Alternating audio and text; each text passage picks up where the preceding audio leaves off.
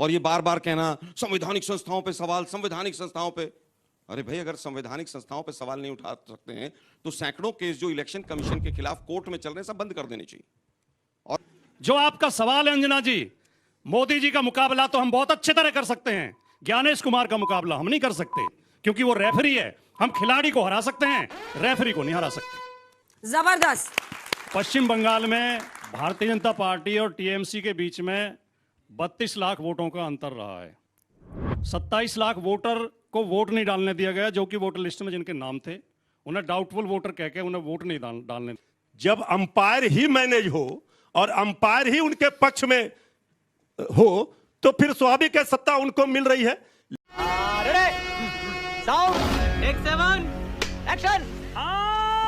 इधर से ताबड़तोड़ बैटिंग की है, अब आप मौका संभालिए और अपने चेस बोर्ड से निकालिए। आलोक जी का बड़ा अच्छा एक आदत है पुरानी, अपने दर्शकों को बताते हैं, ये हमेशा पेपर में पहले स्क्वायर बनाते हैं, उसके बाद हर स्क्वायर में एक पॉइंट होता है ताकि कोई स्क्वायर छूटे नहीं, इस तरह से वो स्क्वायर बनाते हैं। चलिए, अब तो बहुत साल हो गया है इनको देखते हुए। आलोक शर्मा जी, इस विषय पर बोलने का आपका 2 मिनट का समय शुरू होता है अब। देखिए, किसी भी लोकतंत्र के अंदर सबसे पहले समझना जरूरी है कि विपक्ष क्या होता है। क्या केवल राजनीतिक दल ही विपक्ष होते हैं? क्या लोकतंत्र का चौथा स्तंभ विपक्ष का हिस्सा नहीं होता है? क्या जांच एजेंसियां विपक्ष का हिस्सा नहीं होती हैं? क्या न्यायालय जो न्याय देता है क्या वो विपक्ष का हिस्सा नहीं होता है? क्या तमाम जो एजेंसीज हैं, संवैधानिक जो पद हैं, संवैधानिक संस्थाएं हैं, क्या वो विपक्ष का हिस्सा नहीं होती हैं? ये समझने की आवश्यकता है। दुर्भाग्य यह है कि धन बल हो और तमाम तरह के बल, अनैतिक रास्ते, तमाम तरह का जिस तरह से एक ही विचारधारा को पूरे देश के अंदर तमाम लोगों को थोप दिया गया हो, झूठे वायदे किए गए हों, संवैधानिक संस्थाओं पर कब्जा कर लिया गया हो, तो स्वाभाविक है कि विपक्ष, जो विपक्षी दल जिनको आज आप देख रहे हैं, उसके लिए कठिनाई होती है। आज ये बड़ी अच्छी बात कही आप। जब आप ईडी, सीबीआई और तमाम जांच एजेंसियों का दुरुपयोग करते हैं, लाल किले की प्राचीर से झूठ बोलते हैं और उसके बाद आप विपक्ष को तोड़ने का काम करते हैं, तो स्वाभाविक है कि कहीं ना कहीं विपक्ष परेशान रहता है और उसको कहीं ना कहीं किसी रूप में पराजय का सामना करना पड़ता है।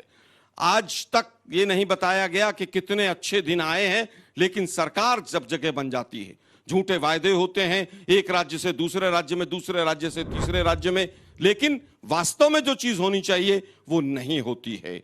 दिक्कत यह है कि अलग अलग हथकंडे अपनाए जाते हैं, इलेक्शन कमीशन को अपना पिट्ठू बना लिया जाता है, तमाम न्यायालय के निर्णयों के ऊपर आज आम चर्चा होती है कि ये निर्णय कैसे आ गया। मैं समझता हूं कि विदेश, अरे बाप रे, ये तो धोती खोल रहा है। नीति जिस प्रधानमंत्री के रहते हुए, अर्थनीति, सामाजिक नीति, सारी नीतियां ठप हो गई हों, रुपया डॉलर की तुलना में कहां गया हो, बेरोजगारी कहां हो, महंगाई कहां हो, लेकिन उसके बावजूद नोटबंदी के पैसे से, इलेक्टोरल बॉन्ड के पैसे से विधायक और सांसद खरीदे जाते हो, तो स्वाभाविक है कि विपक्ष को दिक्कत होगी। लेकिन ये विपक्ष की दिक्कत नहीं, भारतीय लोकतंत्र के लिए खतरा है। जबरदस्त। अगर हम करें तो करें क्या, बोले तो बोले क्या। बल्लेबाजी भाई इधर से भी हुई है। आप लोग अपनी अपनी टीम का हौसला बढ़ाइए। कोई सवाल जो जजेस की तरफ से हो?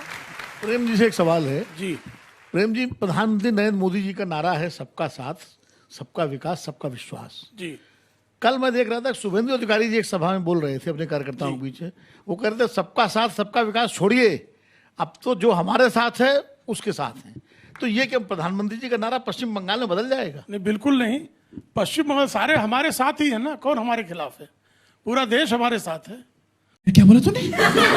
वही तो 21 राज्यों का बता रहा हूं मैं कि लगातार हमारा राष्ट्रीय विस्तार बढ़ता जा रहा है, तो सारे लोग हमारे हैं। और लोकतंत्र में तो जिसने आपको वोट दिया वो भी आपका है, जिसने आपके खिलाफ वोट दिया वो भी आपका है। कमलेश जी, ताऊ, विजय जी। अभी बहुत कम हुई है बहस, और दोनों जो हैं वो जो प्रत्याशित वाक्य थे वही बोले हैं उन्होंने, मतलब तो मैं अभी जाने दूंगा अगली थोड़ी देर में। प्रेडिक्टेबल लाइंस पे बोला उन्होंने। विजय जी के मन में एक सवाल बोल रहा है। आलोक जी की जो आदत है ये बॉक्सेस की, जिसका आपने जिक्र किया, ये बहुत अच्छी आदत है। क्या आलोक जी को नहीं लगता कि यही आदत विपक्ष या खासतौर से कांग्रेस अपना लेती सारे बॉक्सेस को टिक करने का, तो अंजना जी का सवाल ही बेमायने हो जाता? देखिए, मुझे लगता है कि बिल्कुल हर विपक्षी दल को, राजनीतिक दल को मेहनत करनी चाहिए, और अगर हमारे दल में या हमारी मेहनत में कहीं पर कमी है, स्वाभाविक है उसके अंदर सिंहावलोकन करने की, समीक्षा करने की और आलोचनात्मक अभिव्यक्ति की आवश्यकता है, और मैं आपकी टिप्पणी को सकारात्मक रूप में लेता हूं। वाह, चल सही पकड़े हैं। देखते हैं अब 20 पर आप 21 साबित होते हैं या नहीं। मिस्टर तिवारी, आपका 2 मिनट का समय 40 हो जाए बा। आपका 20 मिनट, आपका 2 मिनट का समय शुरू होता है। वो पढ़ के बोल रहे थे। हाँ, बोलिए, 2 मिनट का समय शुरू होता है अब। देखिए, लोकतंत्र चलता है लोक लज्जा से। लोकतंत्र में पक्ष और विपक्ष दोनों का होना जरूरी है। अगर विपक्ष नहीं होगा तो सत्ता पक्ष बेलगाम हो जाता है, और सत्ता अगर बौरा जाती है तो फिर जनता का भला नहीं होता है, देश का भला नहीं होता है।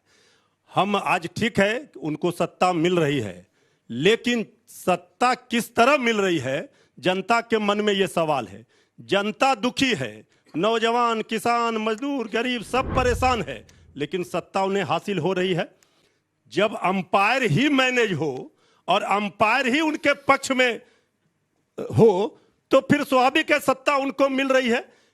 You are right bro. लेकिन अब देश की जनता के अंदर जो बवंडर है, वो तूफान जिस तरह से सब लोगों ने देखा था जयप्रकाश नारायण आंदोलन का, अब जनता भी ये सब समझ रही है। और जनता जब सड़कों पर उतरेगी और जब जन आंदोलन का रूप होगा तो फिर यही सत्ता किस तरह से चली जाती है, सब लोगों ने इतिहास देखा है। अटल बिहारी वाजपेयी जी की बात कर रहे थे हमारे भाजपा के मित्र। अटल जी ने भी कहा था सत्ता आती रहेगी, जाती रहेगी, ये देश रहना चाहिए, लोकतंत्र रहना चाहिए। लेकिन आज तो लोकतंत्र के ऊपर जिस तरह खतरा मंडरा रहा है, अगर वोट प्रतिशत भी आप देखेंगे तो बहुत ज्यादा नहीं है। जितना एसआईआर में वोट काटा जाता है उतना को अगर आप कर लेंगे तो पता चलेगा 4%, 2%, 3% का खेल हो रहा है। हमारे पास भी जनता का समर्थन है, लेकिन विपक्ष को किस तरह से परेशान किया जा रहा है। सत्ता के चाबुक से आप विपक्ष को परेशान करके बहुत दिनों तक राज नहीं कर सकते हैं। इसलिए हम पूरे भरोसा और विश्वास के साथ कहते हैं हम होंगे कामयाब। एक दिन हमें पूरा है विश्वास, हम होंगे कामयाब। विपक्ष को इस तरह से नकारा नहीं जा सकता है। लोकतंत्र के लिए खतरे की चलिए, तिवारी जी ने उम्मीद का जो तड़का लास्ट बोलना भी हूँ, क्या करिए बोल देना है अपनी टीम को, जनता को कन्विंस करना है, जिसके बाद एक एक सवाल भी लेंगे और आपको मौका भी मिलेगा। राजकुमार भाटी जी, आपका 2 मिनट का समय शुरू होता है। पहले 4 पंक्ति शुक्ला जी के लिए कि जहां से गुजरो धुआं उठा दो, जहां पे ठहरो धमाल कर दो, तुम्हें सियासत ने हक दिया है, हरी जमीनों को लाल कर दो। वकील भी तुम, दलील भी तुम, गवाह भी तुम, वकील भी तुम, जिसे भी चाहो हराम कह दो, जिसे भी चाहो हलाल कर दो।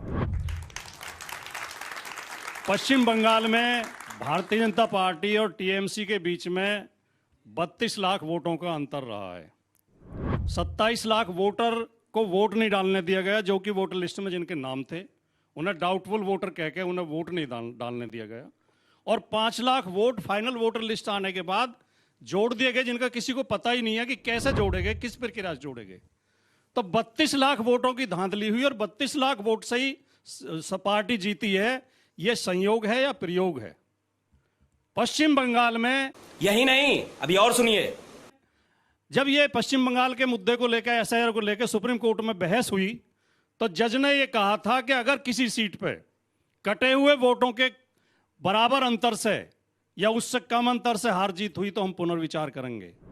1 नहीं, 2 नहीं, 10 नहीं, 20 नहीं, 30 नहीं, 40 नहीं, पूरी 50 सीट ऐसी हैं जो उससे कम अंतर से जीती गई हैं, जितने वोट काटे गए।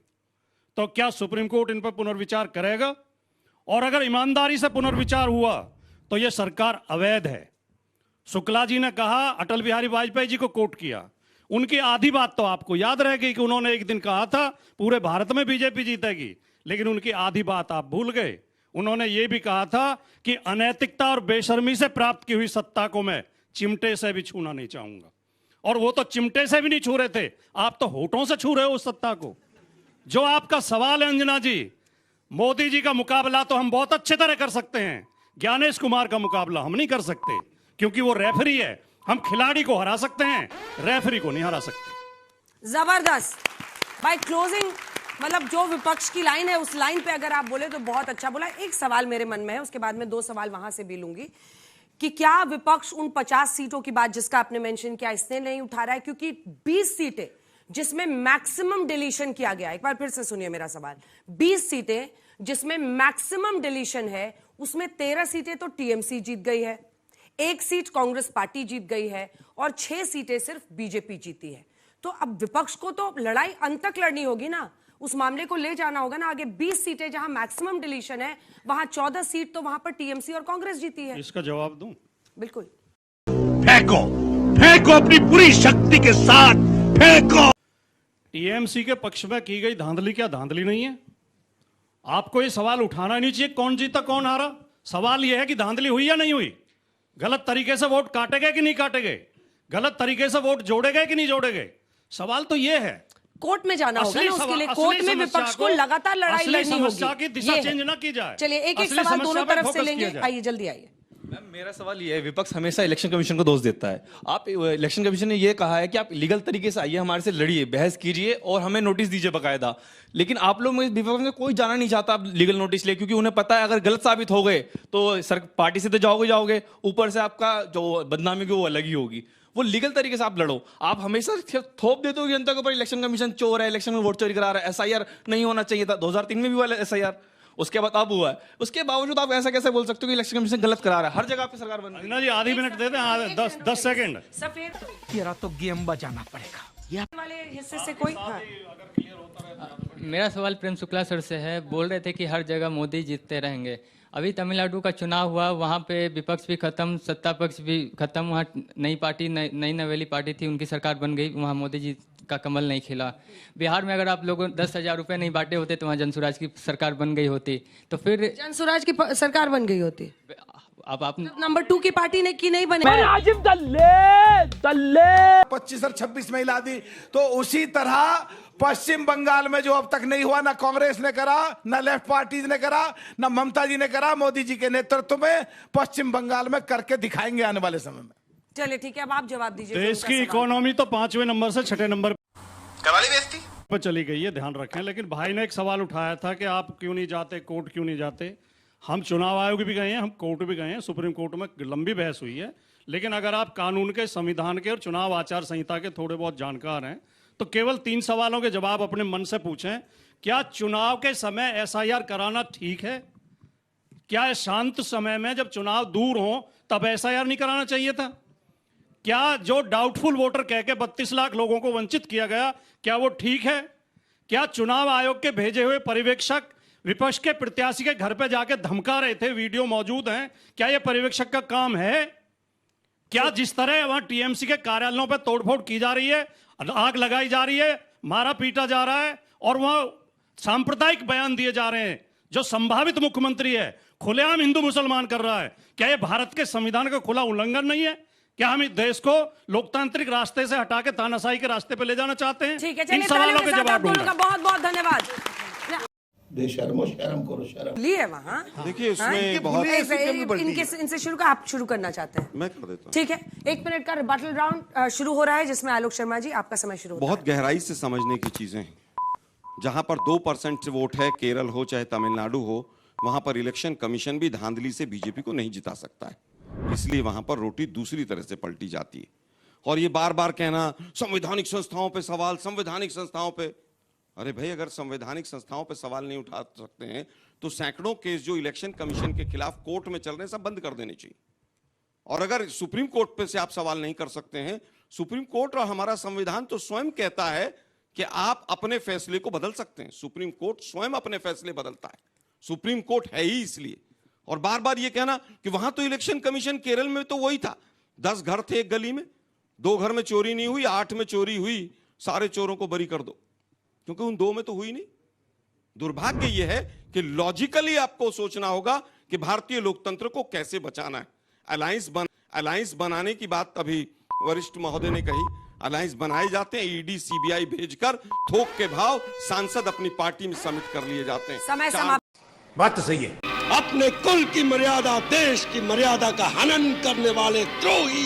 समय समाप्त हुआ भाई, क्लोजिंग इधर से अच्छी हुई है। चलिए आपका भाटी जी अब समय शुरू होता है। अब एक तो ये कहना बिल्कुल भी ठीक नहीं है कि विपक्ष लगातार कमजोर हो रहा है। मैं अपनी पार्टी का ही उदाहरण देना चाहूंगा। 2019 में हमारी मात्र 5 लोकसभा में सीटें थी, अब इस समय हमारी 37 सीटें हैं। हम देश की तीसरे नंबर की पार्टी हैं। तो ऐसा नहीं है कि विपक्ष कमजोर हो रहा है, विपक्ष मजबूत हो रहा है। और 29 में जो ये पार्टियां जिन्हें बेईमानी से हराया जा रहा है, ये सारी मिलकर भारतीय जनता पार्टी को, एनडीए को हराएंगे। वाजपेयी जी ने एक बात कही, उसे मैं बहुत गंभीरता से सुन रहा था कि अगर आपको न्याय पाना है तो आपको रिट पिटीशन में जाना पड़ेगा, सुप्रीम कोर्ट जाना पड़ेगा। यानी उनके जो बिना कहे शब्द है, उनका अर्थ यह है कि मोदी जी से और ज्ञानेश कुमार से न्याय की उम्मीद मत करिए। न्याय अगर चाहिए तो सुप्रीम कोर्ट ही जाना पड़ेगा, उससे पहले कहीं न्याय नहीं है। इस सरकार से न्याय की उम्मीद करना या चुनाव आयोग से न्याय की उम्मीद करना, अब इस देश में नागरिकों को, राजनीतिक पार्टियों को छोड़ देना चाहिए। लेकिन मैं ये भी जोड़ूंगा कि ये बहुत खतरनाक स्थिति है, इस पे आप गौरवान्वित मत होइए, इस पे हमें शर्मिंदा होना चाहिए। चलिए